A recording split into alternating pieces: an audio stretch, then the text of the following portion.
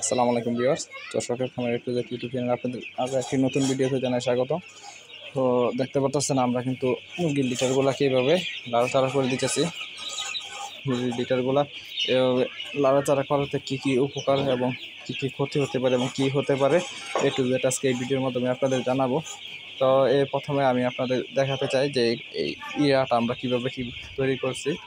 তো এটা আমি একটা আলো থেকে আপনাদের ভালো করে দেখাই।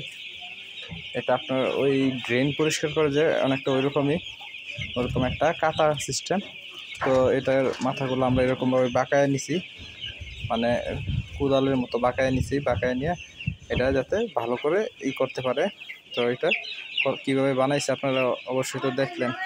তো এরকমভাবে আপনারা যারা খামারের লিটার জনিত সমস্যায় করছেন তাদের জন্য এটা খুবই উপকারে দিবে। কারণ এই জিনিসটা দিয়ে আপনার লিটারটা যদি এরকমভাবে লাড়াচাড়া করে দেন, যত পাতলা লিটারই হোক, এই জিনিসটা দিয়ে যদি আপনি লিটারটাকে এরকমভাবে লাড়াচাড়া করে দেন, তাহলে কিন্তু আপনার লিটারগুলো একদম জোরে শুকনো একদম পরিষ্কার থাকবে। তো লিটারগুলো একদম জোরে শুকনো পরিষ্কার রাখার মেন প্রসেস হচ্ছে মূলত এটাই হচ্ছে মেন প্রসেস। এটার মাধ্যমে কিন্তু আপনার লিটারগুলোকে একদম জোরে শুকনো পরিষ্কার রাখতে পারবেন। আপনার লিটারের কোনো সমস্যা হবে না। লিটার আপনার যত সম্ভব একদম পরিষ্কার থাকবে আর লিটার জোড়া থাকবে।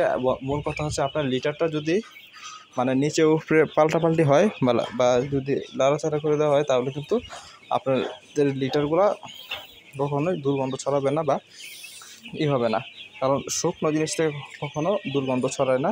আপনার একটা জিনিস ভিজে গেলে বা নষ্ট হয়ে গেলে ওইখান থেকে কিন্তু দুর্গন্ধ ছড়ানোর সম্ভাবনা রয়েছে।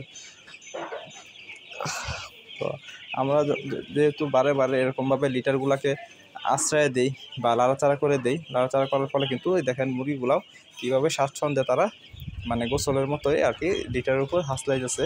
তো এরকম করার ফলে কিন্তু মুরগিগুলো সুস্থ থাকবে, আপনার লিটারটাও পরিষ্কার থাকবে, লিটারটা দুর্গন্ধমুক্ত থাকবে।